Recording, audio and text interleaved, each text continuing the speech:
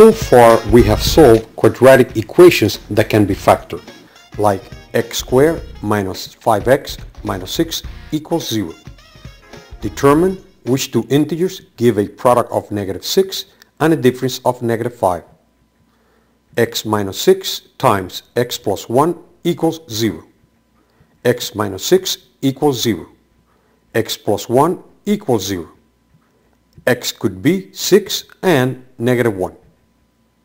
But what happens when we encounter a quadratic equation which cannot be factored? For example, x squared minus 4x minus 7 equals 0. Determine which two integers give a product of negative 7 and a difference of negative 4.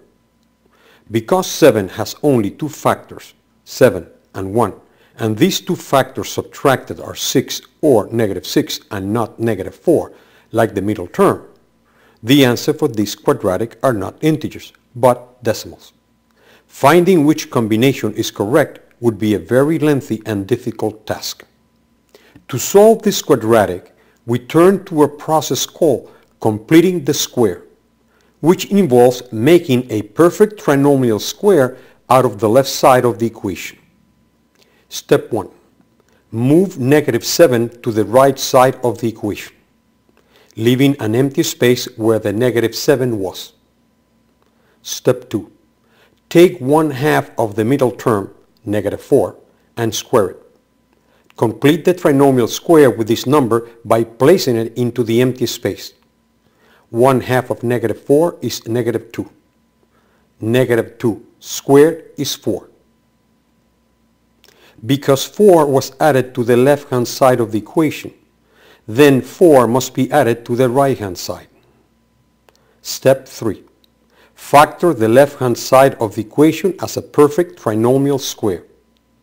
X minus 2 times x minus 2 equals 11. Two of the same, we square them. X minus 2 squared equals 11. Step 4. Find the square root of both sides. X minus 2 is equal to plus or minus the square root of 11, which is 3.317. Add 2 to both sides to move the negative 2 to the right. X has two values, 2 plus 3.317 and 2 minus 3.317, or x equals 5.317, x equals negative 1.317. Now, if the quadratic has a leading coefficient greater than 1, divide the whole equation by the leading coefficient to reduce the leading coefficient to 1. For example, solve 2x squared minus 8x minus 9 equals 0. Dividing the whole equation by 2, you get x squared minus 4x minus 4.5 equals 0. Move negative 4.5 to the right. Complete the square.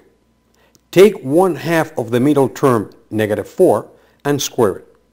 Complete the trinomial square with this number by placing it into the empty space. 1/2 of negative 4 is negative 2.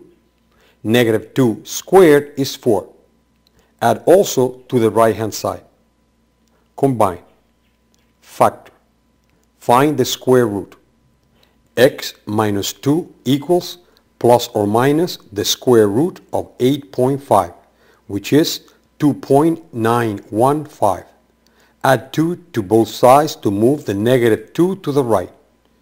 X has two values, 2 plus 2.915 and 2 minus 2.915, or x equals 4.915, x equals negative 0.915.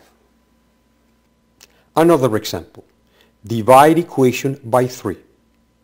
Move negative 11 over 3 to the right. Complete the square. 1/2 of 5 over 3 is 5 over 6. And 5 over 6 squared is 25 over 36. Add 25 over 36 to both sides of the equation.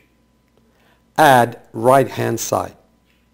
Factor left-hand side as a perfect trinomial square and find the square root of both sides. X plus 5 over 6, which is 0.83, equals plus or minus the square root of 157 over 36, which is 2.088. Subtract 0.83 from both sides to move 0.83 to the right.